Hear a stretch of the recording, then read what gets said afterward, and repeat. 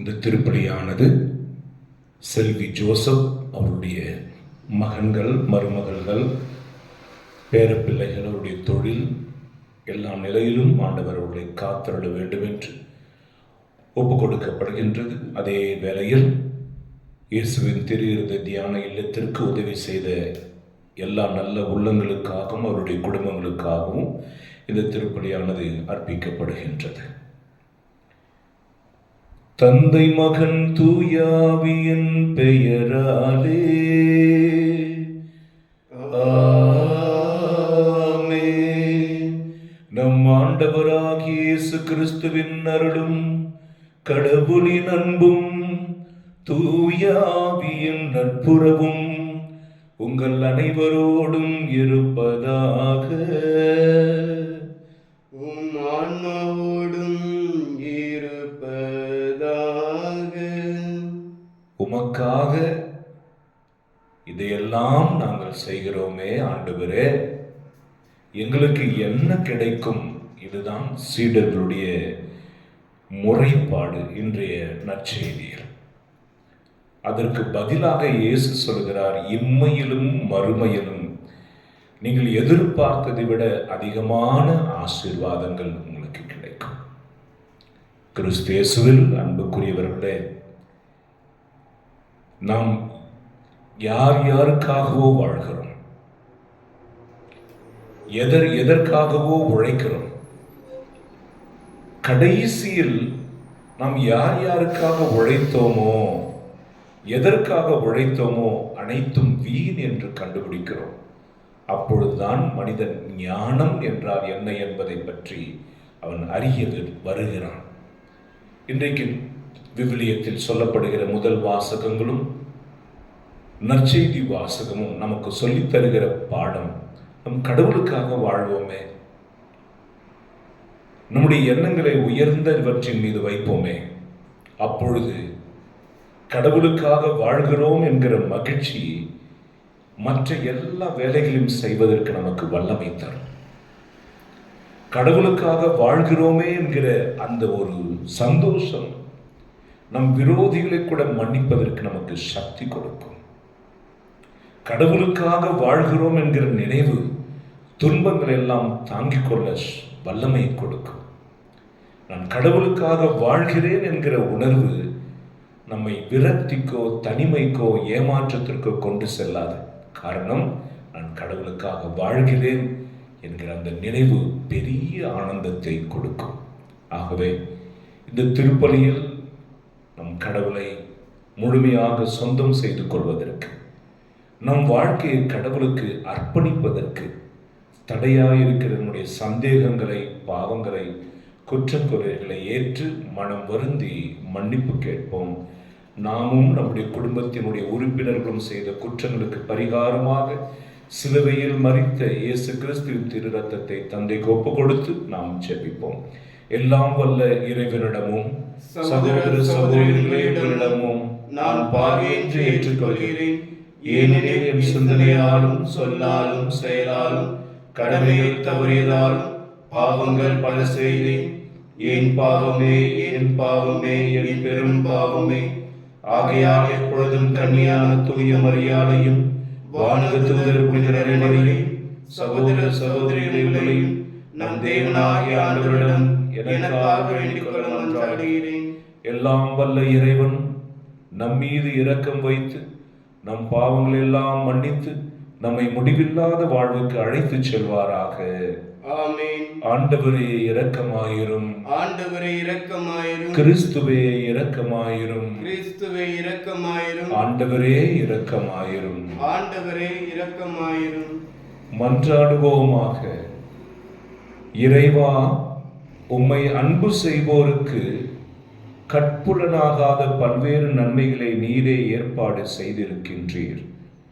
எங்கள் இதயங்களில் உமது அன்பை நிறைவாய் பொழிவதால் நாங்கள் உம்மை அனைத்திலும் அனைத்துக்கும் மேலாகவும் அன்பு செய்து எல்லா வகை மனித எதிர்பார்ப்புகளையும் கடந்த உம் வாக்குறுதிகளை பெற்றுக்கொள்வோமாக. உம்மோடும் தூய ஆவியின் ஒன்றிப்பில் இறைவனா என்றென்றும் வாழ்ந்து ஆட்சி செய்கின்ற அவர் வழியாகவே உம்மை மன்றாடுகிறோம். ஆமென்.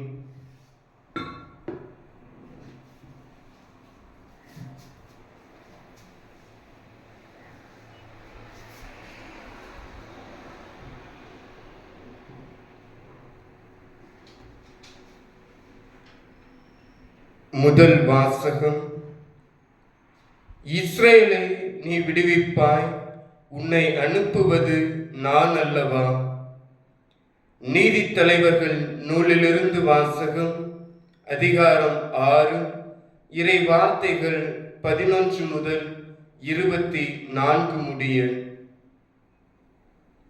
அந்நாட்களில் ஆண்டவரின் தூதர் ஒபிராவில் உள்ள ஒரு கருவாலி மரத்தடியில் வந்து அமர்ந்தார். அந்த மரம் அபியேசர் குடும்பத்தினரான யோவாசுக்கு சொந்தமானது. அவர் மகன் கிதியோன் மிதியானியிடமிருந்து கோதுமையை மறைப்பதற்காக திராட்சை ஆலையில் கதிர்களை அடித்துக் கொண்டிருந்தார். ஆண்டவரின் தூதர் அவருக்கு தோன்றி, வலிமை மிக்க வீரனே, ஆண்டவர் உன்னோடு இருக்கிறார் என்றார். கிதியோன் அவரிடம், என் தலைவரே, ஆண்டவர் எம்மோடு இருக்கிறார் என்றால் ஏன் இவையெல்லாம் எமக்கு நேரிடுகின்றன? ஆண்டவர் எம்மை எகிப்து நாட்டிலிருந்து வெளியே கொண்டு வரவில்லையா என்று கூறி, எங்கள் தந்தையர் எமக்கு வியந்துரைத்த அவரது வியத்தகு செயல்களை எல்லாம் எங்கே? இப்பொழுது ஏன் ஆண்டவர் எம்மை இப்படி கைவிட்டு விட்டார்? எம்மை மிதியானியரிடம் கைகளில் ஒப்படைத்து விட்டாரே என்றார். ஆண்டவர் அவர் பக்கம் திரும்பி, உன்னுடைய இதே ஆற்றலுடன் செல்வாய், மிதியானியர் கையிலிருந்து இஸ்ரேலை நீ விடுவிப்பாய், உன்னை அனுப்புவது நான் அல்லவா என்றார். கிதியோன் அவரிடம், என் தலைவரே, எவ்வழியில் நான் இஸ்ரேலை விடுவிப்பேன்? இதோ மனாசையிலுள்ள நலிவுற்று இருப்பது என் குடும்பம். என் தந்தை வீட்டிலேதான் நான் தான் சிறியவன் என்றார். ஆண்டவர் அவரிடம், நான் உன்னோடு இருப்பதால் நீ தனி ஒரு ஆளாக மிதியானியரை வெல்வாய் என்றார். கிதியோன், உன் பார்வையில் எனக்கு தயவு கிடைத்துள்ளது என்றால் நீதான் என்னுடன் பேசுகிறவர் என்பதற்கு அடையாளம் ஒன்று காட்டும். நான் உம்மிடம் திரும்பி வந்து எனது உணவு படையலை கொண்டு வந்து உன் திருமுன் வைக்கும் வரை இவ்விடத்தை விட்டு அகலாதீர் என்றார். அவரும், நீ திரும்பி வரும் வரை நான் இங்கேயே இருப்பேன் என்றார். கிதியோன் வந்து ஆட்டுக்குட்டியையும் 20 படி அளவுள்ள ஒரு மரக்கால் மாவால் புளியாத அப்பத்தையும் தயார் செய்தார். பிறகு அவர் இறைச்சியை ஒரு கூடையிலும் குழம்பை ஒரு சட்டியிலும் எடுத்துக்கொண்டு அந்த கருவாலி மரத்தடிக்கு வந்து அவரிடம் கொடுத்தார். கடவுளின் தூதர் அவரிடம், இறைச்சியையும் புளியாத அப்பத்தையும் கொண்டு வந்து இப்பாறை மீது வைத்து குழம்பை ஊற்று என்றார். அவரும் அவ்வாறே செய்தார். ஆண்டவரின் தூதர் தம் கையில் இருந்த கோலின் முனையா இறைச்சியையும் புளியாத அப்பத்தையும் தொட்டார். பாறையிலிருந்து நெருப்பு எழும்பி இறைச்சியையும் புளியாத அப்பத்தையும் எரித்தது. ஆண்டவரின் தூதர் அவர் பார்வையிலிருந்து மறைந்தார். அப்போது கிதியோன் அவர் ஆண்டவரின் தூதர் என அறிந்து கொண்டார். கிதியோன், ஐயோ, இவர் என் தலைவராகிய ஆண்டவரின் தூதரை நேருக்கு நேராக நான் பார்த்து விட்டேனே என்றார். ஆண்டவர் அவரிடம், உனக்கு நலமே ஆகுக, அஞ்சாதே, நீ சாக மாட்டாய் என்றார். கிதியோன் அங்கே ஆண்டவருக்கு ஒரு பலிபீடம் கட்டி எழுப்பினார். அதை நலம் நல்கும் ஆண்டவர் என அழைத்தார். அது இந்நாள் வரை அபியேசர் குடும்பத்தினருக்கு சொந்தமான ஒபேராவில் உள்ளது. இது ஆண்டவர் வழங்கும் அருள்வாக்கு. உமக்கு நன்றி. பதிலுரை பாடல். பல்லவி. இறைவன் தம் மக்களுக்கு நிறைவாழ்வை வாக்களிக்கின்றார். இறைவன் தன் மக்களுக்கு நிறைவாழ்வை வாக்களிக்கின்றார். ஆண்டவராம் இறைவன் உரைப்பதை கேட்டேன். தம் மக்களுக்கு தம் பற்றுமிகு அடியாருக்கு நிறைவாழ்வை அவர் வாக்களிக்கின்றார். அவர்களும் மடமைக்கு திரும்பிச் செல்லாதாக. பல்லவி. இறைவன் தம் மக்களுக்கு நிறைவாழ்வை வாக்களிக்கின்றார். பேரன்பும் உண்மையும் ஒன்றையொன்று சந்திக்கும், நீதியும் நிறைவாழ்வும் ஒன்றையொன்று முத்தமிடும். மண்ணினின்று உண்மை முளைத்தலும், விண்ணினின்று நீதி கீழ் நோக்கும். பல்லவி. இறைவன் தம் மக்களுக்கு நிறைவாழ்வை வாக்களிக்கின்றார். நல்லதையே ஆண்டவர் அருள்வார், நல்விளைவை நம் நாடு நல்கும். நீதி அவர் முன் செல்லும், அவர்தம் அடிச்சுவடுகளுக்கு வழிவகுக்கும். பல்லவி. இறைவன் தம் மக்களுக்கு நிறைவாழ்வை வாக்களிக்கின்றார்.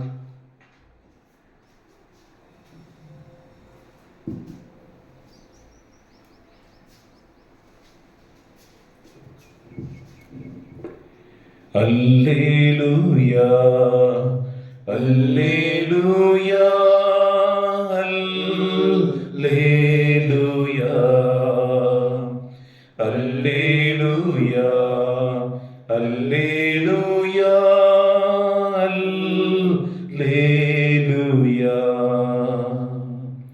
ஆண்டவர் உங்களோடு இருப்பாராக, உம் ஆன்மாவோடும் இருப்பாராக. மத்தேயு எழுதிய பரிசுத்த நற்செய்தியிலிருந்து வாசகம்.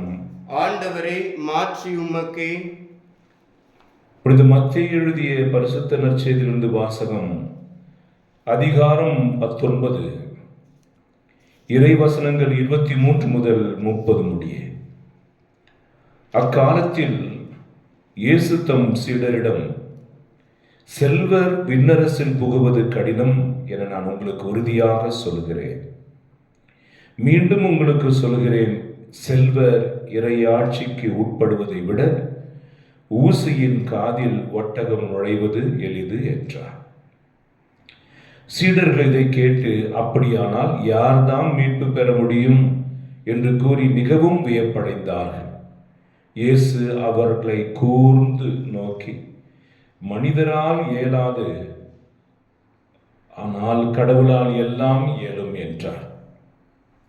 அதன் பின்பு பேதுரு இயேசுவை பார்த்து, நாங்கள் எல்லாவற்றையும் விட்டுவிட்டு உம்மை பின்பற்றியவர்களாயிற்றே, எங்களுக்கு என்ன கிடைக்கும் என்று கேட்டார். அதற்கு இயேசு, புது படைப்பின் நாளில் மானிட மகன் தமது மாட்சிமிகு அரியணையில் வீற்றிருப்பார். அப்போது என்னை பின்பற்றிய நீங்களும் இஸ்ரேல் மக்களில் 12 குலத்தவர்க்கும் நடுவர்களாய் 12 அரியணைகளில் வீற்றிருப்பீர்கள் என உறுதியாக உங்களுக்கு சொல்கிறேன். மேலும் என் பெயரின் பொருட்டு வீடுகளையோ சகோதரர்களையோ சகோதரிகளையோ தந்தையோ தாயையோ பிள்ளைகளையோ நிலபுலன்களையோ விட்டுவிட்ட எவரும் 100 மடங்காக பெறுவர், நிலை வாழ்வையும் உரிமை பேராக அடைவர். ஆனால் முதன்மையானோர் பலர் கடைசியாவர், கடைசியானோர் பலர் முதன்மையாவர் என்று அவர்களிடம் கூறினார். இது ஆண்டவரின் அருள்வாக்கு. கிறிஸ்துவே, உமக்கு புகழ்.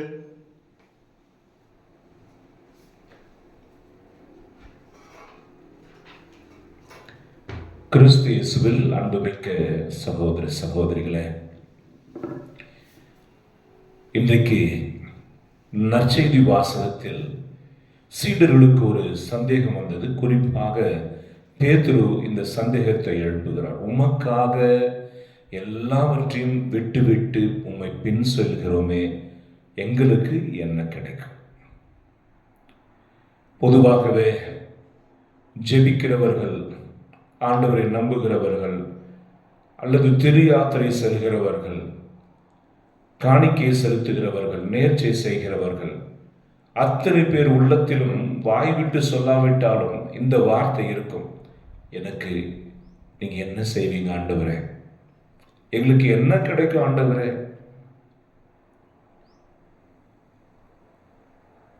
இயேசு கிறிஸ்து முரண்பாடான பதில் சொல்லவில்லை. என்னத்தை பெருசா விட்டுட்டு வந்துட்டீங்க? உங்களுக்கு என்ன வேணும்? அப்ப எதையும் எதிர்பார்த்து என்னை பின்பற்றுறீங்களா? எந்த கேள்வியும் முரண்பாடாக எழுப்பாமல் அவர் பதில் சொல்கிறார். நீங்கள் என் பொருட்டு தந்தையையோ தாயையோ வீட்டையோ நிலபுலன்களையோ பிள்ளைகளையோ நீங்கள் விட்டு என்னை பின் சென்றினால் உங்களுக்கு அது 100 மடங்கு திருப்பி தரப்படும். அத்தோடு சேர்த்து ஒரு ஆஃபர், நிலை வாழ்வையும் நீங்கள் பெற்றுக்கொள்வீர்கள். ஆகவே ஒருவேளை இந்த வசனத்தின் ஒரு பலனாகவோ என்னவோ கடவுளுடைய ஊழியத்தில் இருக்கிறவர்களுக்கு ஏராளமானவர்கள் சொத்துக்கள் குவிகின்றன. சாதாரண ஒரு குடிசையில் தொடங்கினவர்களுடைய ஜெபம், அந்த நிறுவனங்கள் எல்லாம் கணக்கில் அடங்காத நிலபுலன்களோடு ஆசீர்வதிக்கப்பட்டிருக்கின்றன. ஆகவே கடவுள் உயர்த்தப்படுவாராக. அல்லேலூயா, அல்லேலூயா, அல்லேலூயா, அல்லேலூயா. அடுத்தது நித்திய வாழ்வை பெற்றுக்கொள்வீர்கள். ஆகவே இந்த முதலில் கொடுக்கப்பட்டுள்ள இந்த சொத்து சுகம் இவற்றிலே மனிதன் சிக்கிக் கொள்கிற பொழுது இரண்டாவது கட்டத்திற்கு போவது கடினம். இப்படித்தான் ஒரு குருவானவர் தன் மாணவர்களுக்காக தவம் செய்தார். மலை மேலே ஒரு நாள் ஒரு சுற்றறிக்கை விட்டார், நீங்கள் என்னை வந்து சந்திக்க வேண்டும் என்று. ஆகவே 4 குரு மாணவர்கள் குருவை சந்தித்து ஞானத்தை அடைந்து முக்தியை பெறுவதற்காக போய்கொண்டிருந்தார்கள். அப்பொழுது போய்கொண்டிருக்கும் பொழுது ஒரு கிராமத்தில் பிள்ளைகள் எல்லாம் அழுக்கடைந்து இருந்தார்கள், படிப்பறிவில்லாமல் இருந்தார்கள். அந்த குரு மாணவரில் ஒருவர் நன்றாக படித்தவர், கல்வியின் மீது ஆர்வமுடையவர். அவர் நினைத்தார், நான் மலை மேல போய் என்ன பண்ண போறேன்? ஆகவே இந்த பிள்ளைகளுக்கு கல்வியை ஒழுக்கத்தை கற்றுக் கொடுத்து நான் இங்கேயே இருப்பேன் என்று தங்கிவிட்டார். இரண்டாவது ஒரு நபர் போய்கொண்டு இருக்கும் பொழுது ஒரு கிராமத்தில் பெருத்த வறட்சி, நீர் இல்லை. ஆகவே அந்த மாணவர் என்ன செய்தார், இவர்களுக்கு கிணறு வெட்டுவதற்காக நான் சொல்லித் தருவேன். ஆகவே அந்த கிணறு வெட்டின பிற்பாடு இவருடைய விவசாயம் செழிக்கும், இவர்கள் மகிழ்ச்சியாக இருப்பார்கள் என்று அவரும் அங்கே தங்கினார். மூன்றாவது போகும்பொழுது இன்னொரு மனிதர், குருமானவர், ஒரு ஏழை பெண்ணை பார்க்கிறார். தந்தை தாயை இழந்தவள் அனாதையாக சுற்றி திரிகிறாள். அவருடைய கதையை கேட்ட பிற்பாடு மனதுருகி, நான் இவளை விட்டு செல்வது எப்படி? ஆகவே இவளை மணந்து கொண்டு அவளுக்கு அன்பை கொடுப்பேன் என்று சொல்லி அவரும் நின்று விட்டார். இந்த 4வது குருமானவர் இப்படி நினைத்தார், இவர்கள் எல்லாம் இப்படி போயிட்ட பிற்பாடு நான் மட்டும் எதுக்கு போகணும் அப்படின்னு சொல்லி திரும்பி தன்னுடைய ஊருக்கே போய்விட்டார். பார்ப்பது எல்லாமே நன்றாகத்தான் இருக்கிறது, கேட்கும் பொழுது கரெக்டு தானே அப்படின்ற மாதிரி தான் இருக்கிறது. ஆனால் ஒருவன் இந்த உலகத்தில் தன்னுடைய பணி என்ன, கடவுளில் நான் யார் என்பதை பற்றி யோசிக்க வேண்டும். அவர்கள் ஏற்கனவே வேறு ஒரு அனுபவத்திற்காக, அலுவலுக்காக அழைக்கப்பட்டிருக்கிறார்கள் இல்லையா? அப்போ அதுல ஃபோக்கஸ் வைக்காம அவங்களுடைய ஃபோக்கஸ், கவனம் திசை திருப்பி போனது என்பதில் இந்த கதை சொல்கிறது. ஆகவே கிறிஸ்தவர்களாகிய நமக்கு இந்த உலகத்தில் இருந்தாலும் நமக்கு ஒரு முக்கியமான அலுவல் கொடுக்கப்படுகிறது, ஒவ்வொரு கிறிஸ்தவனுக்கும். அதை பற்றி நாம் இன்றைக்கு ஆழமாய் தியானித்துக் கொள்வோம். யோவான் சுவிசேஷம் 10ஆம் அதிகாரம் 22 30 யோவான் 10:22 நாம் வாசிப்போம். எருசலேமில் கோவில் அர்ப்பண விழா நடந்து கொண்டிருந்தது. அப்போது குளிர்காலம். கோவிலின் சாலமோன் மண்டபத்தில் இயேசு நடந்து கொண்டிருந்தார். யூதர்கள் அவரை சூழ்ந்து, இன்னும் எவ்வளவு காலம் நாங்கள் காத்திருக்க வேண்டும்? நீர் மெசியாவானால் அதை எங்களிடம் வெளிப்படையாக சொல்லிவிடும் என்று கேட்டார்கள். இயேசு மறுமொழியாக, நான் உங்களிடம் சொன்னேன், நீங்கள் தான் நம்பவில்லை. என் தந்தையின் பெயரால் நான் செய்யும் செயல்களை எனக்கு சான்றாக அமைகின்றன. ஹல்லேலூயா. ஹalleluya. இயேசு கிறிஸ்து ஆண்டவருடைய ஊழியத்தை செஞ்சு கொண்டிருக்கும் பொழுது அவரை கைது செய்வதற்காக திட்டமிடுறாங்க. திட்டமிடுறவங்க திட்டமிட்டு இருக்கிறாங்க. இயேசு கிறிஸ்து அவர்கள் நடுவிலே நடந்து போனார் தைரியமா. இதை சொல்லும் போது உடம்பெல்லாம் சிலிர்க்கிறது. ஆகவே நம்மை அழிக்க தேடுறாங்க. அவர் மறைஞ்சு போயிடணும் இல்லையா? அவர் போர்ட்டிகோவில் அவர் நடந்து கொண்டு வருகிறார். இவரைத்தானே கைது செய்ய தேடுகிறார்கள். இதோ இவர் பகிரங்கமாக இங்கே போதித்துக் கொண்டிருக்கிறாரு.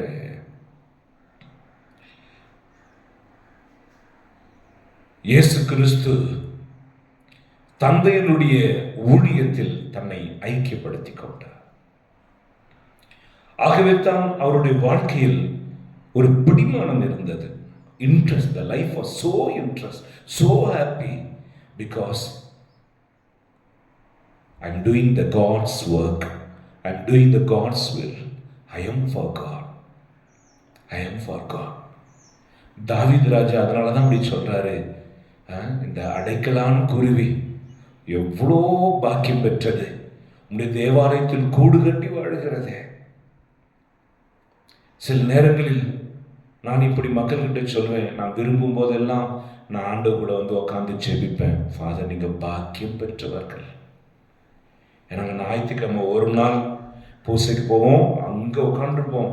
ஆனா நற்கருணை ஆண்டவர் பக்கத்தில் நீங்க இருக்கிறீங்களே, பாக்கியம். அது நமக்கு தெரிவதில்லை. கிறிஸ்து தந்தையினுடைய அந்த சேவையில் மும்முரமாக ஈடுபட்டார். ஹல்லேலூயா. ஹalleluya. ஆகவே ஒவ்வொரு மனிதனும் சந்தோஷத்தை தேடி அலைகிறான். ஆனால் உண்மையான சந்தோஷம் நாம் கடவுளை நம்புவதிலும் அவரை அறிவிப்பதிலும் இருக்கிறது. சமாரிய பெண் யோவான் சுவிசேஷம் 4ஆம் அதிகாரத்தில் இயேசுவை சந்திப்பதற்கு முன்பாக அவருடைய வாழ்க்கை வேறு விதமாக இருந்தது. இயேசுவோடு பேசின பிற்பாடு அவள் உள்ளத்தில் ஒரு மகிழ்ச்சி வந்தது பாருங்க, விடுதலை வந்தது பாருங்க. கட்டுகள் எல்லாம் அறுக்கப்பட்டது. அவள் தண்ணீர் மொல்ல வந்த குடத்தை கிணற்றடியை வைத்துவிட்டு சமாரிய பட்டணத்திற்கு போய் எல்லாருக்கும் சொன்னான், நான் மெசையாவை சந்தித்தேன், என் வாழ்க்கையில் நடந்ததெல்லாம் அவர் சொன்னார், நீங்களும் வாருங்கள் என்று எல்லாரையும் கூட்டிட்டு வார். சக்கையை பாருங்க, என் சொத்தெல்லாம் நான் திருப்பி கொடுத்துறேன், 4 மடங்காக திருப்பி கொடுக்கிறேன். இயேசு கிறிஸ்து வீட்டிற்கு வந்த பொழுது மகதலேன் மரியாதை பாருங்க, அந்த சென்ட் பாட்டில உடைச்சி ஏசப்பா பாதத்தில் ஊத்திட்டு அழுது அவருடைய பாதத்தை கழுவி முத்தம் எடுக்கிறார். சக்கையை பாருங்கள், அந்த மேஜையை விட்டுவிட்டு, பணத்தை விட்டுவிட்டு, வேலையை விட்டுவிட்டு அவர் இயேசுவை. இதற்கெல்லாம் காரணம் என்ன? கடவுளை கண்டுபிடிக்கிற ஆத்மா. நான் நேற்றைக்கு கூட இப்படி யோசித்தேன். நான் முதல் முறையாக ஆவியாருடைய அபிஷேகத்தை கேரளாவில் டிவைன் சென்டரில் பெற்றுக்கொண்டேன். ரொம்ப சந்தோஷமா இருக்கும், ரொம்ப சந்தோஷம். டிவி இல்லாம அப்படின்னு டிவியை பார்க்க பிடிக்காது, எரிஞ்சு எரிஞ்சு விழுவுமே. அன்பா பேசுவேன். சின்ன பிள்ளைகளை பார்த்த கூட வாங்க போங்கன்னு சொல்லு, என்ன எங்களை போய் வாங்க போங்கன்னு சொல்லு, ஆவியானவர் கற்று தந்தார், வாங்க போங்க. வீடு வீடாகி போய் செபிப்போம். வேலைக்கு போய் வந்த உடனே முகத்தை கழுவிக்கொண்டு உடனடியாக ஜெபத்திற்கு உட்கார்ந்து வீடுகளை சந்திப்போம். சனி ஞாயிறு ஓய்ந்து இருக்க மாட்டோம். குஷ்டரோகிகளை சந்திக்க போவோம், அநாத ஆசிரமங்களுக்கு போவோம், முதியோர் இல்லங்களுக்கு போவோம், யாரும் அறியாத கிறிஸ்துவை அறியாத இடங்களுக்கு போவோம். எவ்வளோ தூரம் பிரயாணம் செய்திருக்கிறோம். அந்த மகிழ்ச்சி, அந்த மகிழ்ச்சி இப்பொழுது உங்களுக்குள் இருக்கிறதா? கிறிஸ்துவுக்கு ஊழியராக, கிறிஸ்துவனுடைய பிள்ளைகளாக நீங்கள் இருக்கிற அந்த மகிழ்ச்சி நீங்கள் அனுபவிக்கிறீங்களா? அப்படின்னா அனுபவிக்கலன்னா இங்க தோத்து போயிட்டீங்கன்னு அர்த்தம். You failed to be a Christian. நீங்க தோத்து போயிட்டீங்க. கிறிஸ்துவை நீங்க விசுவசிச்சாலே செம்ம சந்தோஷமா இருக்கும். இன்னும் அவருக்கு சேவை செய்வீர்கள் என்றால் ஐயோ அது பெரிய சந்தோஷம்.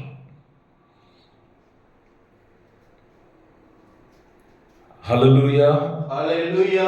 கேம்பெயின் ஒரு வார்த்தை கேள்விப்பட்டிருப்பீர்கள். பிரச்சாரம் யாருக்காக பண்றீங்க அப்படின்னும் போது ஒரு பெரிய நிறுவனத்திற்கு அல்லது ஒரு பெரிய தேசத்தை ஆளுகிற ஒரு அரசியல் தலைவருக்காக செய்றீங்கன்ற போது எப்படி இருக்கும் பாருங்க.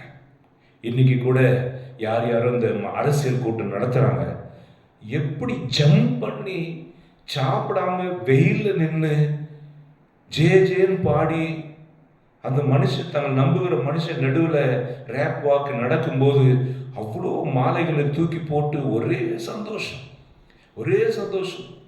தாங்கள் தெரிந்து கொண்ட தலைவரை அவர்கள் அவ்வளவு மகிழ்ச்சியாக, கர்ப்பவதிகள் வருகிறார்கள், சிறியவர்கள் வருகிறார்கள். கேட்டால் காசு கொடுப்பாங்க, பிரியாணி பொட்டலம் கொடுப்பாங்க, சாரை. அதை தாண்டி சில பேர் தங்கள் இதயத்தில் நேசிக்கிறவரை அவர்கள் அப்படி கொண்டாடுகிறார்கள்.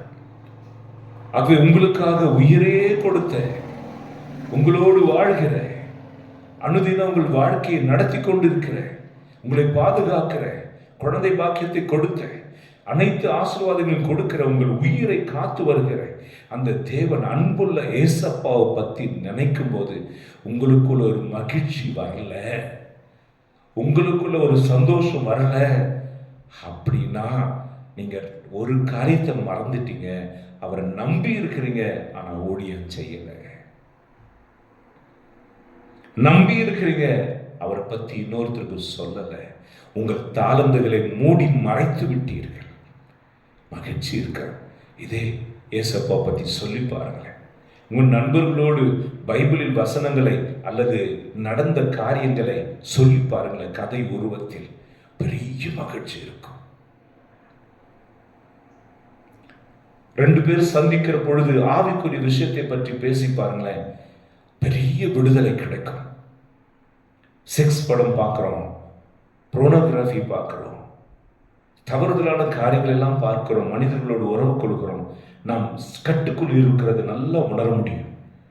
கடவுளுடைய பிள்ளைகளோடு பேசி பாருங்களேன், ஆண்டவருடைய வார்த்தைகளை கேட்டு பாருங்களேன்.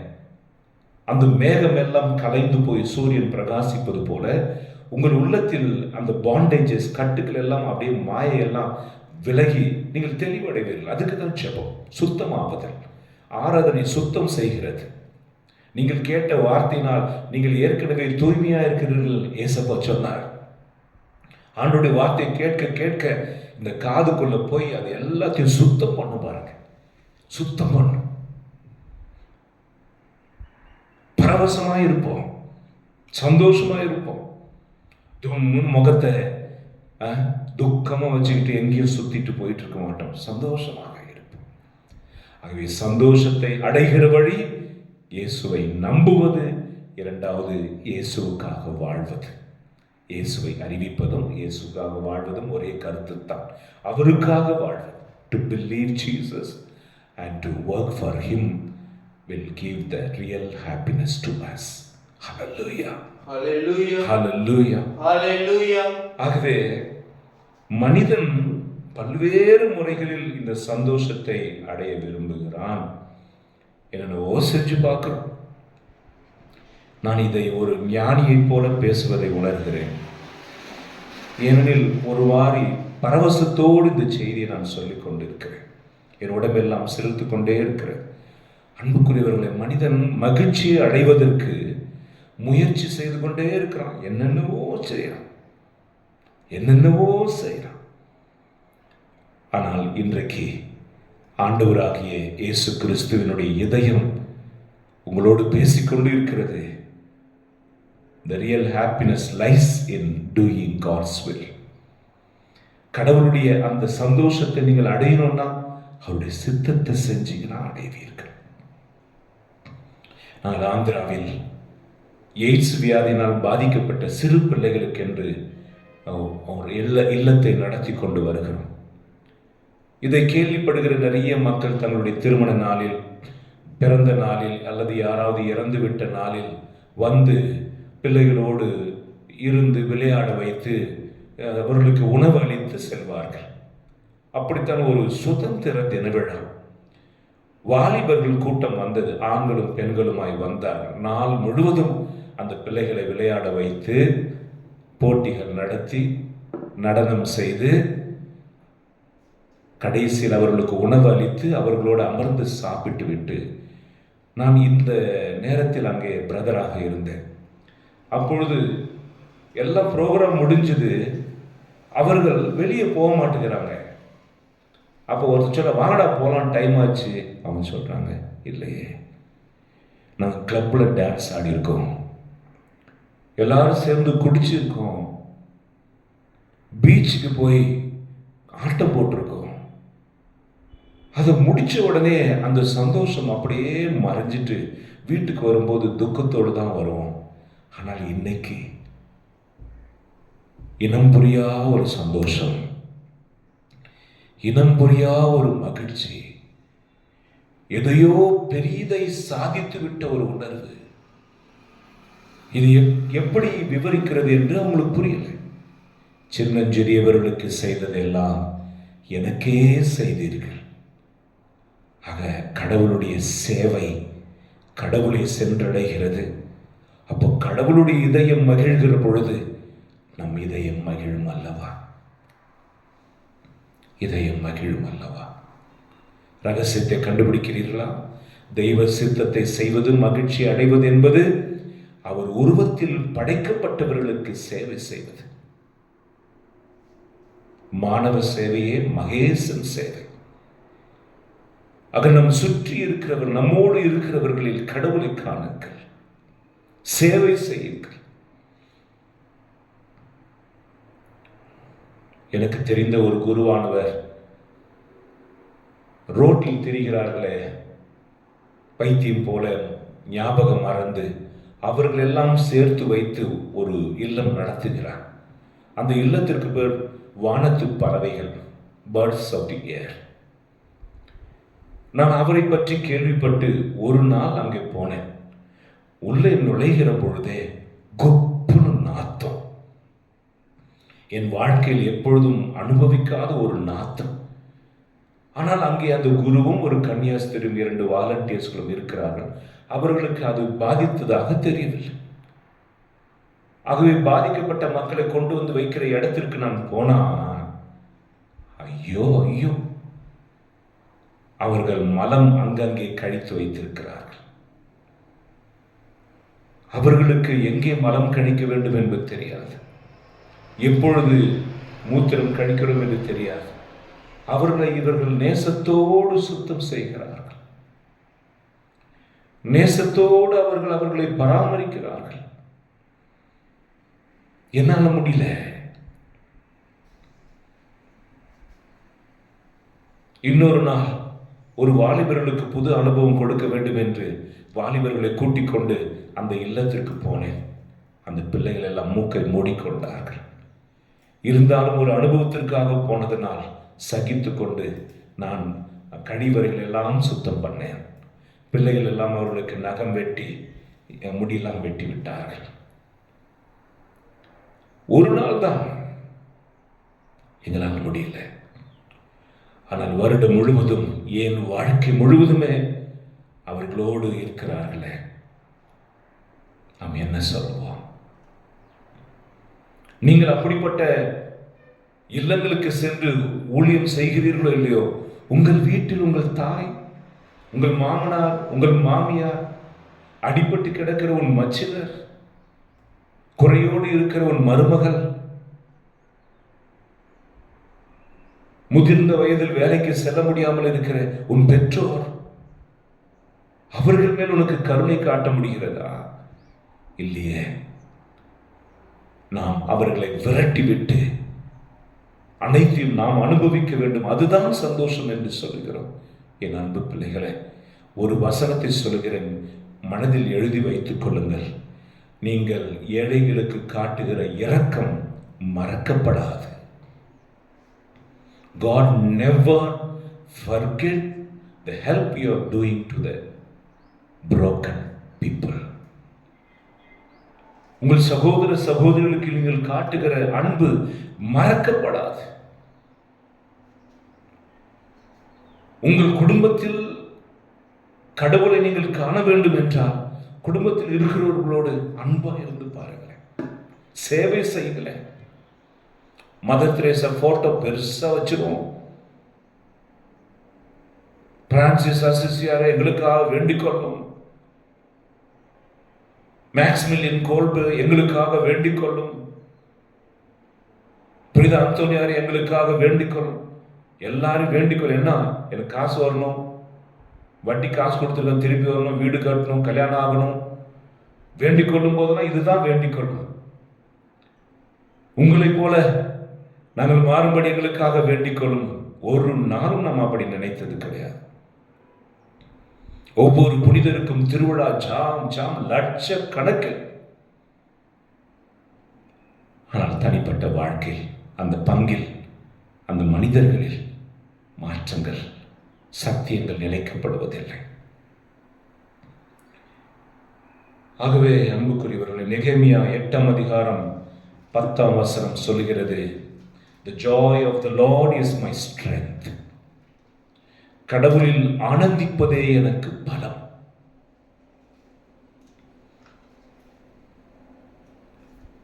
மோசே எத்தனை வருடம் வாழ்ந்தார், ஆபிரகாம் எத்தனை வருஷம் வாழ்ந்தார். அவருடைய கண் பார்வை மங்கவில்லை, அவருடைய பலம் குன்றி போகவில்லை என்று சொல்கிறது வசனம். ஆண்டவரில் மகிழ்வதே எனக்கு மகிழ்வு, சந்தோஷம், சக்தி, வல்லமை. எனக்கு பலம் ஆண்டவரில் மகிழ்வது, ஆண்டவரில் மகிழ்வது.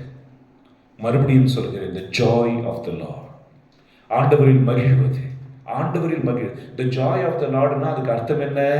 கடவுளுடைய மகிழ்ச்சியே என்னுடைய சக்தி. அப்ப நான் கடவுளுக்கு மகிழ்ச்சி கொடுக்கிற மாதிரி செய்யணும். அப்பொழுது எனக்கு சக்தி புறப்பட்டு வருகிறது, வல்லமை புறப்பட்டு வருகிறது.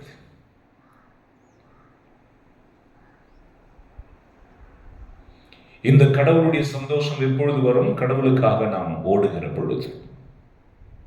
2 தீமோத்தி 4ஆம் அதிகாரம் 7ஆம் வசனம். 2 தீமோத்தி 4ஆம் அதிகாரம் 7ஆம் வசனம். நான் நல்லதொரு போராட்டத்தில் ஈடுபட்டேன், என் ஓட்டத்தை முடித்து விட்டேன். ஆகவே அவர் சொல்றார், நான் ஜீவ கிரீடத்திற்காக காத்திருக்கிறேன். பவுல் சொல்றார், நான் நல்ல ஒரு காரியத்திற்காக ஓட்டம் ஓடினேன், முடித்து விட்டேன். ஜாய், மரண நேரத்திலும் சந்தோஷம். இருளா இருக்கு, ஏதோ இருளா இருக்கு, ஐயோ, அப்படி அல்ல. நான் கடவுளை பார்க்கிறேன், இயேசு தந்தையின் வலப்பக்கத்தில் இருக்கிறதை பார்க்கிறேன், அவர் கரம் என்னை வருடுவதை பார்க்கிறேன். என் ஆத்துமா பூரிப்படைகிறது. முடியப்பர் இப்படி சொல்றார், மரண நேரத்திலும் சந்தோஷம். அருளந்தை மரியே வாழ்க, அச்சிஷ்ட மரியே வாழ்க, மரண நேரத்தில் எங்களுக்காக வேண்டிக் கொள்ளும். மாதா வேண்டிக்குவாங்க, நீ வாழணுமே.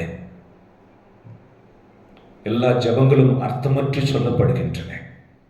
ஜபம் என்பது செயல்படுத்த ஆற்றல் கேட்பது தான் ஜபம்.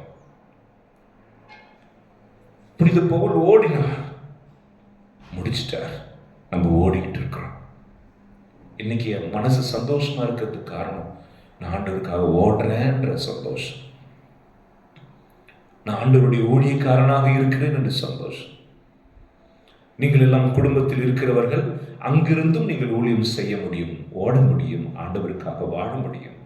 ஆண்டவருக்காக அர்ப்பணிக்கப்பட்ட மாணவனாக, ஆண்டவருக்காக அர்ப்பணிக்கப்பட்ட கணவன் மனைவியாக, ஆண்டவருக்கு அர்ப்பணிக்கப்பட்ட அதிகாரியாக, உங்கள் வேலை செய்கிற தளத்தில் கடவுளுடைய ஊழியனாக, அவருடைய ஊழியன் எப்படி இருப்பானோ அப்படி ஒரு ஆசிரியராக, டாக்டராக, மருத்துவராக, ஜட்ஜஸாக, வக்கீலாக, ஒரு விவசாயியாக, ஒரு நிறுவனத்தை நடத்துகிறவராக, கடை வியாபாரியாக நீங்கள் கிறிஸ்துவுக்காக வாழ வேண்டும்.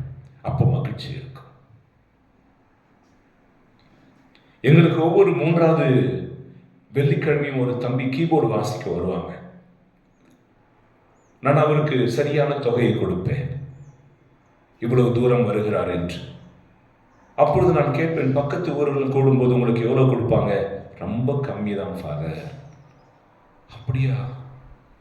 அப்போ உங்க மனைவி என்ன இப்படி கம்மியா வாங்கிட்டு வரீங்க, அதிகமா கேளுங்கன்னு சொல்ல மாட்டாங்களா? அவர் சொல்வாரு, என் மனைவி தான் சொன்னா, நமக்கென்று குறிக்கப்பட்டது ஆசீர்வாதமாய் இருக்கும், நமக்கென்று குறிக்கப்படாதது நமக்கு செலவுகளை கொண்டு வரும் என்று சொல்வார். எங்க இருக்கு மகிழ்ச்சி? எங்க இருக்கு ஆனந்தம்? குறைவில்லாமல் வாழுகிறோம். இன்னைக்கு அந்த பிள்ளைங்க வீடை கட்டி, ஒரு புது வீடை கட்டி முடிக்க போறாங்க. வசனம் என்ன சொல்றாங்க? நமக்கென்று குறிக்கப்பட்டது ஆசீர்வாதமாயிருக்கும், நமக்கென்று குறிக்கப்படாததை பெறுகிற பொழுது செலவுகள் வந்து சேரும். இந்த 2 வார்த்தை நீங்க தியானிச்சாலே உங்க குடும்பம் ஏன் கஷ்டத்தில் இருக்கு என்பதை நீங்கள் கண்டுபிடிக்கலாம். உங்கள் குடும்பத்தில் ஏன் மகிழ்ச்சி இல்லை என்பதை நீங்கள் கண்டுபிடிக்கலாம். அந்த பிள்ளைகளுக்கு வெளிப்படுத்தினதை ஆண்டவர் உங்களுக்கும் வெளிப்படுத்துவாராக. கடவுளிடமிருந்து வராத அத்தனையும் துயரம். What is not belongs to you is not yours. உன்னுடையது அல்லாதது உன்னுடையது அல்ல, மற்றவர்களுடையது உன்னுடையது அல்ல, அது மற்றவர்களுடையது. ஆகவே கூலியை கூட, மற்றவர்களுடைய கூலியை சூரியன் அஸ்தமிப்பதற்கு முன்பாகவே நீங்கள் கொடுத்து விட வேண்டும் என்று வேதம் சொல்லுகிறது. அடுத்தவன் கூலி நம்ம வீட்டில் இருக்கக்கூடாது, அடுத்தவன் பொருள் நம்ம வீட்டில் இருக்கக்கூடாது. உங்களுக்கு பிடிச்சது, உங்களுக்கு உபயோகரமாக இருக்கிறது என்பதற்காக மற்றவர்களுடைய பொருளை உங்கள் வீட்டில் நீங்கள் வைத்திருக்க கூடாது. இதுதான் திருடாதே என்று சொல்வதனுடைய 10 கட்டளை ஒரு பாகம். ஆகவே இன்றைக்கு ஒரு 5 விதமான மக்களை பற்றி நாம் தியானித்து ஆண்டவருடைய வல்லமையை பெற்றுக்கொள்ளும். There are 5 kinds of people are running in the world. உலகத்தில் ஒரு 5 விதமான மக்கள் ஓடிக்கொண்டிருக்கிறாங்க. நான் பார்ப்பேன், சில நேரங்களில் ஊழியத்துக்கு போகும்போது பஸ் ஸ்டாண்டில் நிற்பேன், வெயிலில் ரொம்ப கஷ்டமாக இருக்கும். அப்போ நான் யோசிப்பேன், ஆண்டவர் இங்கே யாரெல்லாம் உங்களுக்காக ஓடுறாங்க? அப்போ நான் என்னையே சொல்லிக்க, ஆண்டவர் நான் உங்களுக்காக ஓடிட்டு இருக்கிறேன். அது ஒரு பாக்கியம் இல்லையா? அப்போ முதல் விஷயம், ரோமையர் 14ஆம் அதிகாரம் 7 வாசிப்போம். ரோமையர் 14:7-12 முதல் வகை மக்கள் யாருன்னு வாசிப்போம். நம்மிடையே எவரும் தமக்கென்று வாழ்வதில்லை, தமக்கென்று இறப்பதும் இல்லை. வாழ்ந்தாலும் நாம் ஆண்டவருக்கென்றே வாழ்கிறோம், இறந்தாலும் ஆண்டவருக்கென்று இறக்கிறோம். வேத வசனம் என்ன சொல்கிறது? நமக்காக வாழ்கிறவர்கள், தமக்காக வாழ்கிறவர்கள் என்று முதலில் இருக்கிறார். நான் எனக்காக வாழ்றேன். டிவி சீரியல்ஸ் எல்லாத்திலும் நீங்க பார்த்தீங்கன்னா நல்லா இந்த டயலாக் வரும், நீ உனக்காக வாழ், ஃபர்ஸ்ட் உனக்காக வாழ், உன் வாழ்க்கை நீ வாழணும், சந்தோஷமா உனக்காக வாழ், அதுக்கப்புறம் பார்க்கலாம். உனக்காக, எனக்காக வாழ்வேன், நான் எனக்காக வாழ்வேன், நான் எனக்காக வாழ்வேன், என் சந்தோஷம் முக்கியம், என் காசு, என் இளமை நான் அனுபவிப்பேன். யார் நீ கேட்கறதுக்கு? இது என்னுடைய வீடு, என்னுடைய சொத்து, நான் சம்பாதித்தது, எனக்காக. ஆகவே முதல் ரகமான மக்கள் தங்களுக்காக வாழ்வார்கள். ஹல்லேலூயா, ஹல்லேலூயா. 1 யோவான் 2ஆம் அதிகாரம் 15-17 சில வசனங்களை சொல்லுகிறேன், முழுவதுமாக படிப்பதில்லை. நீங்கள் இந்த வீடியோவை பார்க்கிற பொழுது நீங்கள் குறித்து வைத்துவிட்டு முழுதாக படிக்க வேண்டும். 1 யோவான் 2ஆம் அதிகாரம் 15ஆம் வசனத்திலிருந்து 17ஆம் வசனம். உலகின் மீதும் அதில் உள்ளவை மீதும் அன்பு செலுத்தாதீர்கள். ஹல்லேலூயா, ஹல்லேலூயா. இந்த உலகின் மீதும் உலகில் உள்ளவற்றின் மீதும் அன்பு செலுத்தாதீர்கள் என்று ஒரு கட்டளையாக யோவான் எழுதுகிறார். ஏன் அன்பு செய்யக்கூடாதான்? தொடர்ந்து வாசிப்போம். அவ்வாறு அன்பு செலுத்துவோரிடம் தந்தையின் பால் அன்பு இராது. ஹல்லேலூயா, ஹல்லேலூயா, ஹல்லேலூயா, ஹல்லேலூயா, ஹல்லேலூயா. ஹல்லேலூயா. எங்க வீட்டுக்காருக்கு கொஞ்ச நாளாக என் மேலே அன்பே இல்லை ஃபாதர், எரிஞ்சு எரிஞ்சு விழுறார் ஃபாதர், ஃபோனில் யாரு கூடயும் பேசிக்கொண்டே இருக்கிறார் ஃபாதர், லேட்டாக வராங்க ஃபாதர், சம்பளத்தை சரியாக கொடுக்க மாட்டேங்கிறாங்க ஃபாதர், பைத்தியம் பிடிச்ச மாதிரி இருக்காரு ஃபாதர், பிள்ளைங்களை அடிக்கிறாரு ஃபாதர் அப்படின்னா இடையில யாரோ வந்துட்டாங்கன்னு அர்த்தம். ஆக 1 யோவான் 2:15 நீங்கள் வாசித்து பார்க்கலாம். உலகத்தையோ உலகத்தில் இருப்பவற்றையோ அன்பு செய்யாதீர்கள், கட்டளை. அன்பு செய்யாதீங்க. எவ்வளோ ரொம்ப ஸ்ட்ராங்கான வார்த்தை. Don't love the world and the things of the world because you may lose the love of the father. You may lose the interest to love the father. நீங்கள் தந்தையாகிய இறைவனை சந்தோஷப்படுத்துவதை மறந்து விடுவீர்கள். புரிகிறதா? பணம், சொத்து, வீடு அடிச்சு பிடிச்சி வாங்கிறது, சேர்த்துறது, நகை திருடுறது, கொலை செய்வது எல்லாமே உலகத்தை சார்ந்தது. அதை செய்கிறவர்கள் கடவுளை அன்பு செய்ய முடியாது. God hates those things. கடவுள் அதை வெறுக்கிறார். ஆகவே நான் இதெல்லாம் செய்வேன், கோயிலில் போய் சூப்பரான ஆராதனை செய்வேன்னா ஏற்கனவே உங்கள் வியாதி, அதாவது பாவம் முத்திவிட்டது என்று அர்த்தம். சில சமயங்களில் கொலை செய்து விட்டவன் போலீஸோடு சேர்ந்து தேடுவோம் பார்த்தீங்களா, அந்த நிலைமையில் நாம் இருக்கோம். அதனால்தான் சில கோவில்களில் எடைக்கு எடை பணமும் எடைக்கு எடை நகையும் குவி, அப்பொழுது தங்கள் கடவுள் மன்னித்து விட்டார் அப்படி என்று வெளியே போகிறவர்கள் தொடர்ந்து அதே பிசினஸை செய்வார்கள். உங்கள் ஆண்டவர் அப்படி அல்ல. முதலில் தனக்காக வாழ்கிறவர்கள், இரண்டாவது உலகத்தை நேசிக்கிற மக்கள், மூன்றாவது எபேசியர் 4:7. இது ரொம்ப டேஞ்சரான ஒரு காரியம். எபேசியர் 4:7 சொல்கிறது, கடவுளுக்காக எப்படி மக்கள் வாழ்கிறவர்கள் இருக்கிறார்களோ அதே போல சாத்தானுக்கு சொந்தமானவர்கள் இந்த உலகத்தில் இருக்கிறார்கள். வாசிப்போம். கிறிஸ்து கொடுக்க விரும்பும் அளவுக்கேற்ப நாம் ஒவ்வொருவருக்கும் அருள் அளிக்கப்பட்டுள்ளது. தொடர்ந்து வாசி. ஆகையால் தான் அவர் உயரே ஏறி சென்றார், அப்போது சிறைப்பட்ட கைதிகளை இழுத்து சென்றார், மனிதருக்கு பரிசுகளை வழங்கினார் என்று மறைநூல் கூறுகிறது. சிறைப்பட்டோர், those who are bound with the chain of the devil. பாவத்தில் விழுவது என்பது வேறு, பாவத்திற்கு இழுப்பது என்பது வேறு. மச்சான், இந்த சிகரெட்டை பிடிச்சு பாருடா, வாங்க 2 பேரும் அந்த வீட்டை பத்தி பேசுவோம், அவளை பத்தி பேசுவோம், இதை குடிச்சு பாரு, இது பிடிச்சு பாரு, இதை செஞ்சு பாரு, இந்த இடத்திற்கு வந்து பாரு. They become agents of the devil. இன்னைக்கு உலகத்தில் இருக்கிறாங்க இல்லையா? யார் கொலை செய்கிறா? கடவுளுடைய பிள்ளைகளா? கடவுளுடைய பிள்ளைகளை கொலை செய்ய ஆண்டவர் தூண்டுகிறாரா?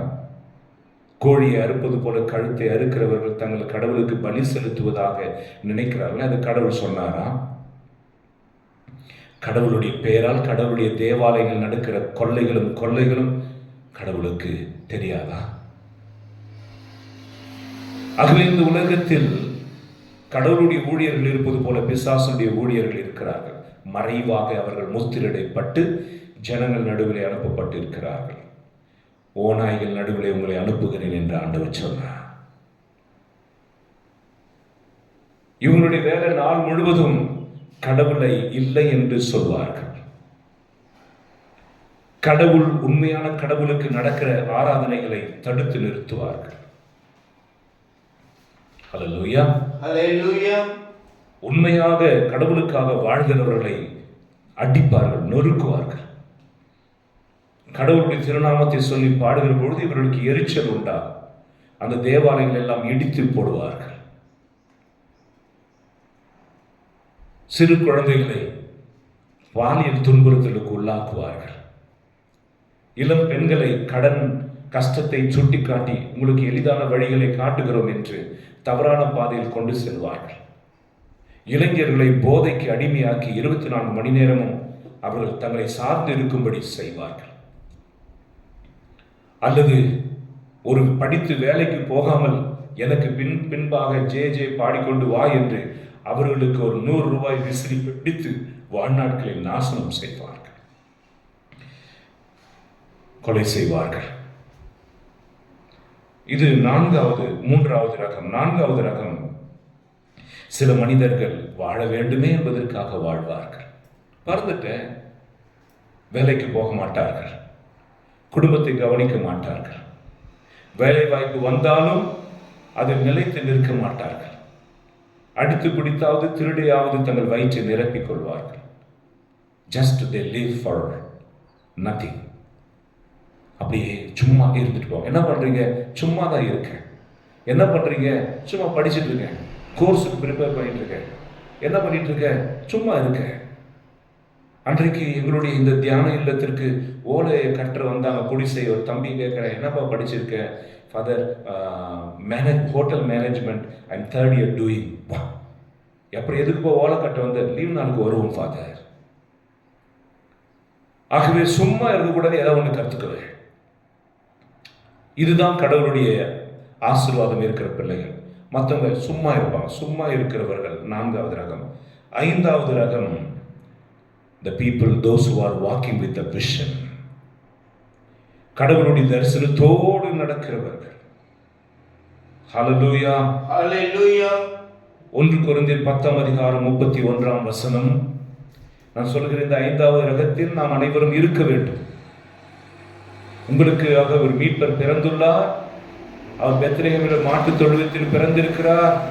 ஆகவே இடையர்கள் போய் அவரை கண்டு தரிசித்து மகிழ்ச்சியோடு திரும்பினார்கள். நமக்கு இப்பொழுது ஒரு விஷன் கொடுக்கப்பட்டிருக்கிறது. உங்களுக்கு பரலோகம் இருக்கிறது.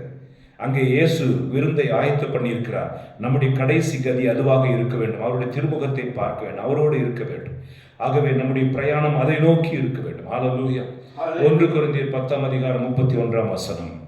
நீங்கள் உண்டாலும் குடித்தாலும் எதை செய்தாலும் எல்லாவற்றையும் கடவுளுடைய மாட்சிமைக்காகவே செய்யுங்கள். ஹல்லேலூயா, ஹல்லேலூயா. சாப்பிடும்போது ஒரு ஜெபம் ஜெபிக்கிறோம். ஏன்? அந்த சாப்பாடை கொடுத்தது கடவுள். எடுத்தோம் அடிச்சோம் அப்படின்னா அது இல்லை. ஒரு துணியை போடுகிற பொழுது ஒரு சிறிய ஜெபம், அரிசியை உலையில் போடுகிற பொழுது ஒரு சிறிய ஜெபம், தாளிப்பு செய்கிற போது ஒரு புதிய ஜெபம், பெருக்கிற பொழுது ஒரு புதிய ஜெபம், குளிக்கிற பொழுது ஒரு புதிய ஜெபம், பிரயாணத்தை தொடங்கும் போது புதிய ஜெபம், வண்டியில் உட்கார இடம் கிடைக்கும் போது ஒரு புதிய ஜெபம், இடம் கிடைக்காமல் நிற்கிற பொழுது ஒரு புதிய ஜெபம், உடல் சரியில்லாத பொழுது ஒரு ஜெபம். இப்படி கடவுளுடைய மகிமைக்காக எல்லாம் எல்லா சூழலிலும் இருக்க வேண்டும் என்பது கிறிஸ்தவர்களுடைய அழைப்பு. அது ஒரு கிறிஸ்தவன் ஒரு நாளைக்கு 30 விதமான அலுவல்கள் செய்கிறான், 30 ஜெபம் எழுப்பலாம்.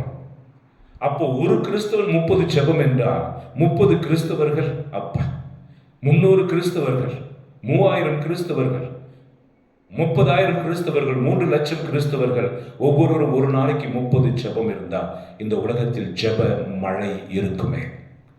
இன்றைக்கு நாம் இன்டர்நெட்டில் தேட வேண்டாம், அங்கே தேட வேண்டாம், ஏதாவது ஆன்லைன் ஜெபம் இருக்கிறதா கலந்து கொள்ளலாம் என்று ஒவ்வொரு நிமிடத்தையும் நாம் ஜெபமாக மாற்ற முடியும். ஹல்லேலூயா. ஆகவே கடவுள் நம்மை பற்றிய தரிசனத்தோடு இருக்கிறார். நாம் அவரோடு இணைகிற பொழுது அந்த தரிசனம் நமக்கு கொடுக்கப்படுகிறது. The vision of God will be transmitted to you and you will walk around with the vision of the Lord. மோயிசன் மலையில ஆண்டவரை சந்தித்தார். கீழே இறங்கி வரும்போது கடவுளுடைய மிஷன் அவருக்கு கொடுக்கப்பட்டது. அவர் கீழே இறங்கி ஆண்டவருடைய பணியை செய்ய ஆரம்பித்தார். ஹல்லேலூயா. கடவுளுடைய இந்த விஷன் நம் எல்லோரையும் அவருடைய பிள்ளைகளாக மாற்றுகிறது. கடவுளுடைய இந்த விஷனை, அவருடைய தரிசனத்தை சுமந்து செல்கிறவர்கள் பரலோகத்தினுடைய பாதையில் தான் நடப்பார்கள். அந்த பாதை எங்க முடியும்? பரலோகத்தில் முடியும். ஹல்லேலூயா. ஹல்லேலூயா. இயேசு நமக்காக ப்ரிப்பேர் பண்ணியிருக்கிற அந்த ஒரு காரியம்.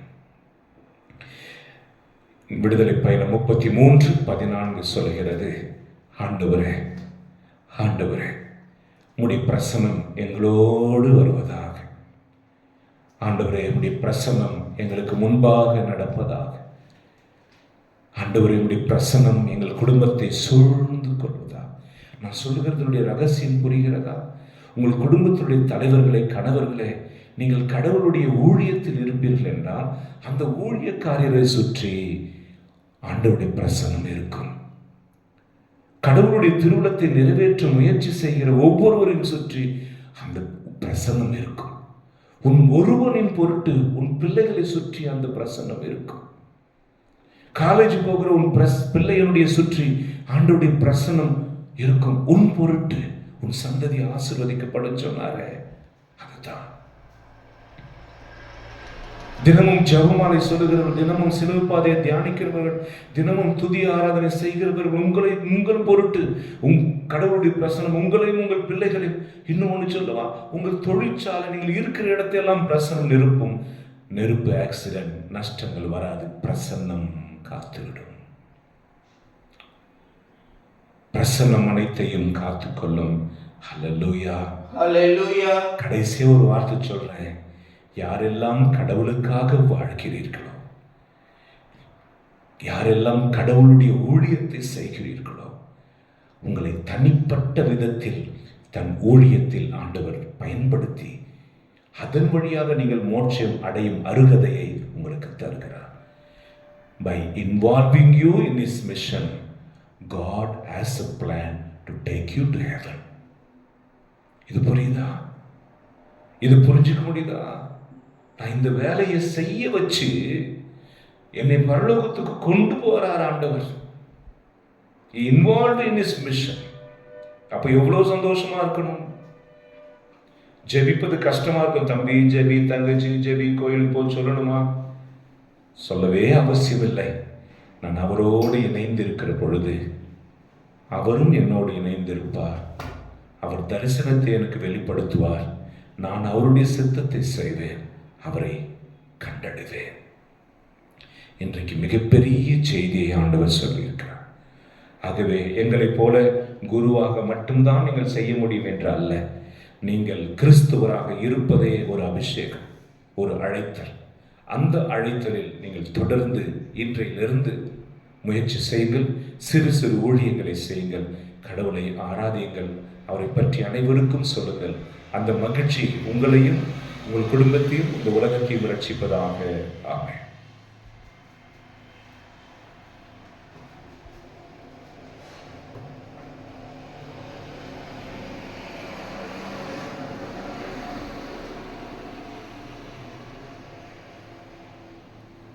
Story Lord, for work of His hand will become for us the cup of joy, bread of life.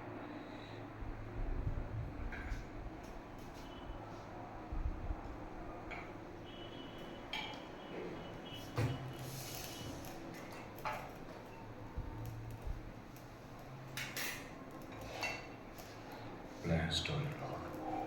Thanks for your goodness. This wine we offer, fruit of the earth, work of your human hands. It will become for us the cup of joy.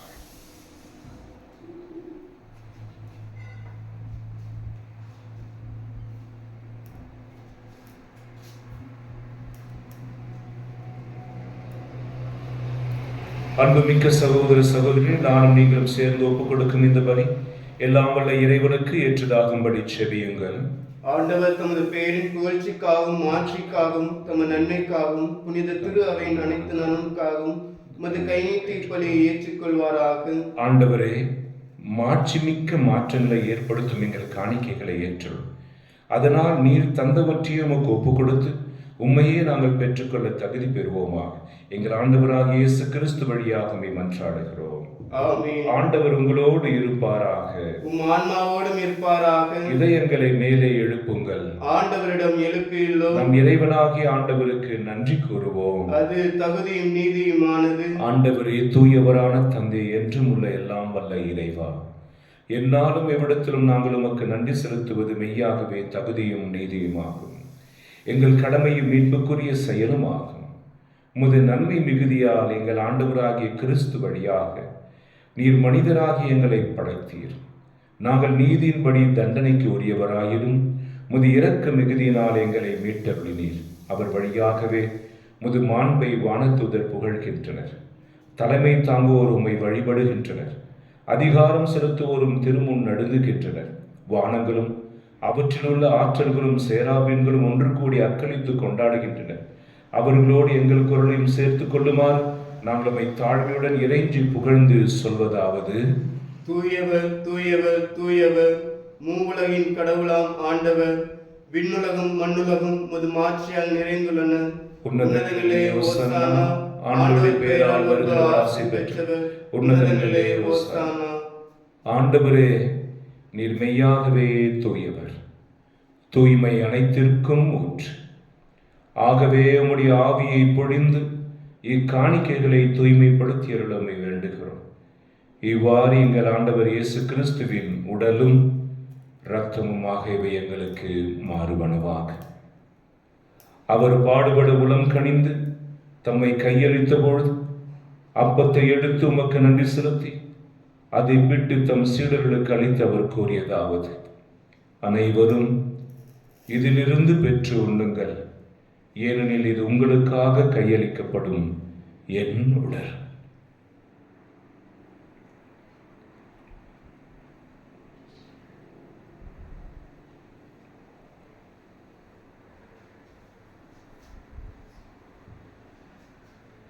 அவ்வண்ணமே இரவு விருந்தை அருந்திய பின் கிண்ணத்தையும் எடுத்து மீண்டும் உமக்கு நன்றி கூறி தம் சீடர்களுக்கு அளித்து அவர் கூறியதாவது: அனைவரும் இதிலிருந்து பெற்று பருகுங்கள், ஏனெனில் இது புதிய நிலையான உடன்படிக்கைக்குரிய என் இரத்தத்தின் கிண்ணம். இது பாவ மன்னிப்புக்கென்று உங்களுக்காகவும் பலருக்காகவும் சிந்தப்படும். இதை என் நினைவாகச் செய்யுங்கள்.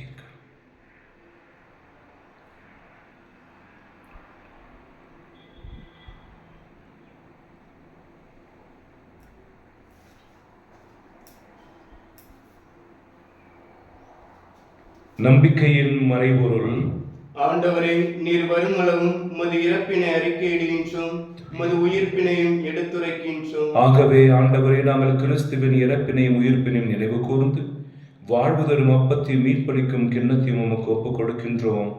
உம் திருமுன் நின்று உமக்கு ஊழியம் புரிய தகுந்தவர்களை நீங்கள் ஏற்றுக்கொண்டு எனவே உமக்கு நன்றி செலுத்துகிறோம். மேலும் கிறிஸ்துவின் உடலிலும் இரத்தத்திலும் பங்கு கொள்ளும் எங்களை தூய ஆவியார் ஒன்று சேர்க்க வேண்டும் என நம்மை தாழ்மையுடன் மன்றாடுகிறோம். ஆண்டவரே, உலகெங்கும் பரவி இருக்கும் திரு அவை நினைவு கூர்ந்தருளும். எங்கள் திருத்தந்தை லியோ, எங்கள் பரிபாலகர் மோட்சராஜன், எல்லா திருநிலையினர் ஆகிய அனைவரோடும் உடைய திரு அவை அன்பில் நிறைவு பெறச் செய்தது. என்று திருப்பலி ஒப்புக் கொடுக்கிற செல்வி ஜோசப் குடும்பத்தை அவருடைய பிள்ளைகள் எல்லாம் நினைவு கூர்ந்து பாதுகாத்தோம். மேலும் உயிர்த்தெழும் எதிர்நோக்குடன் துயில் கொள்ளும் எங்கள் சகோதர சகோதரிகளையும் இறந்தோர் அனைவரையும் இரக்கத்துடன் நினைவு கூர்ந்து உம் திருமுக ஒளியினுள் ஏற்றருளும். எங்கள் அனைவர் மீதும் இரக்கமாயிரும். கடவுளின் கன்னித்தாயான புனித மரியா, அவருடைய கடவுளான புனித யோசேப்பு, புனித திருத்தூதர்கள், இவ்வுலகில் உமக்கு உகந்தவராயிருந்தோர் ஆகிய புனிதர் அனைவருடனும் நாங்கள் நிலைவாழ்வில் பங்கு கொள்ளும் தகுதி பெற்று உம் திருமகன் இயேசு கிறிஸ்து வழியாக உம்மை புகழ்ந்தேத்தும் வரமருள உம்மை மன்றாடுகிறோம். இவர் வழியாக இவரோடு இவரில் எல்லாம் வல்ல இறைவனாகிய தந்தையே, தூய ஆவியின் ஒன்றிப்பில் எல்லா புகழும் மாட்சியும் என்றென்றும் உமக்கு உரியதே. ஆமென்.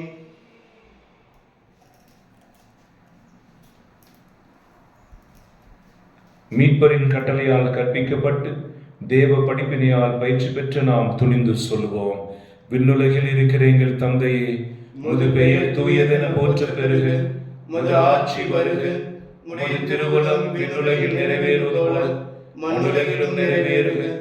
எங்கள் அன்றாட உணவை இன்று எங்களுக்கு தாரும். எங்களுக்கு எதிராக குற்றம் செய்வோரை நாங்கள் மன்னிப்பது போல எங்கள் குற்றங்களை மன்னியும். எங்களை சோதனைக்கு உட்படுத்தாதேயும், தீமையிலிருந்து விடுவித்தருளும். ஆண்டவரே, தீமை அனைத்திலிருந்தும் எங்களை விடுவித்து எங்கள் வாழ்நாளில் அமைதியை கனிவுடன் அருளுமை மன்றாடுகிறோம். உமது இரக்கத்தின் உதவியால் நாங்கள் பாவத்திலிருந்து எப்பொழுதும் விடுதலை பெற்று யாதொரு கலக்கமும் இன்றி நலமாய் இருப்போமாக. நாங்கள் எதிர்நோக்கி இருக்கும் பேரின்பத்திற்காகவும் என் மீட்பராக இயேசு கிறிஸ்துவின் வருகைக்காகவும் காத்திருக்கின்றோம். ஏனெனில் ஆட்சியும் வல்லமையும் மாட்சியும் என்றென்றும் உமதே. ஆண்டவரே இயேசு கிறிஸ்துவை, அமைதியை உங்களுக்கு விட்டுச் செல்கிறேன், என் அமைதியை உங்களுக்கு அளிக்கின்றேன் என்று திருத்தூதர்களுக்கு மொழிந்தீரே. எங்கே கூடியிருக்கும் ஜனங்களுடைய பாவங்களை பாராமல் திரு அவையின் நம்பிக்கையை கண்ணோக்கி அதற்கு அமைதியும் ஒற்றுமையும் அளித்தருள்வீராக. என்றென்று வாழ்ந்து ஆட்சி செய்கின்றவர் நீரே. ஆமென். ஆண்டவருடைய அமைதி உங்களோடு என்றும் இருப்பதாக. உம் ஆன்மாவோடும் இருப்பதாக. ஒருவருக்கொருவர் கிறிஸ்துவின் அமைதியை பகிர்ந்து கொள்வோம். சமாதானம் சமாதானம் சமாதானம். உலகின் பாவங்களை போக்கும் இறைவனின் செம்மறியே எங்கள் மேல் இரக்கமாயிரும். உலகின் பாவங்களை போக்கும் இறைவனின் செம்மறியே எங்கள் மேல் இரக்கமாயிரும். உலகின் பாவங்களை போக்கும் இறைவனின் செம்மறியே எங்களுக்கு அமைதியை அளித்தருளும். இதோ இறைவனின் செம்மறி, இதோ உலகின் பாவங்களை போக்குகிறவர். இந்த செம்மறியின் திருவிருந்திற்கு அழைக்க பெற்றுள்ள நாம் அனைவரும் பேறு பெற்றோர். ஆண்டவரே, நீர் என் உள்ளத்தில் எழுந்தருள நான் தகுதியற்றவன். ஆனால் ஒரு வார்த்தை மட்டும் சொல்லியருளும், எனது ஆன்மா நலமடையும். நாம் உட்கொள்ள போகும் இயேசுவின் திருவுடன் திருரத்தமை காத்து நமக்கு நித்திய வாழ்வு அளிப்பதாக.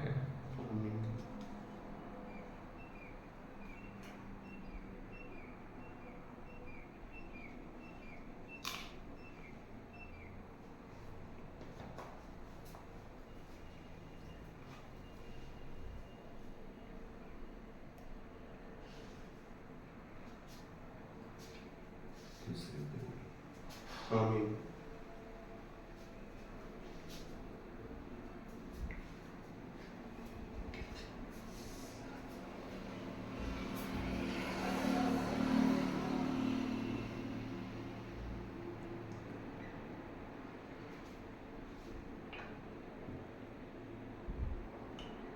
கிறிஸ்துவின் ஆன்மாவே என்னை புனிதமாக்கும்.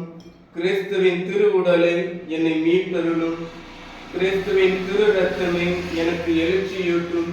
கிறிஸ்துவின் விழாவின் தண்ணீரை என்னை கழுவிவிடும். கிறிஸ்துவின் பாடுகளை என்னை தேய்ச்சிடும். ஓ நல்ல இயேசுவே, எனக்கு செவிசாயும். உம் திரு காயங்களுள் என்னை மறைத்தருளும். உம்மிடமிருந்து என்னை பிரிய விடாதையும். தீய பகைவரிடமிருந்து என்னை காத்தருளும். எனது இறப்பின் வேளையில் என்னை அழைத்தருளும். உம்மிடம் வர எனக்கு கட்டளை தருளும். புனிதர்களோடு எக்காலமும் உம்மை புகழச் செய்யும். ஆமென். மன்றாடுவோமாக.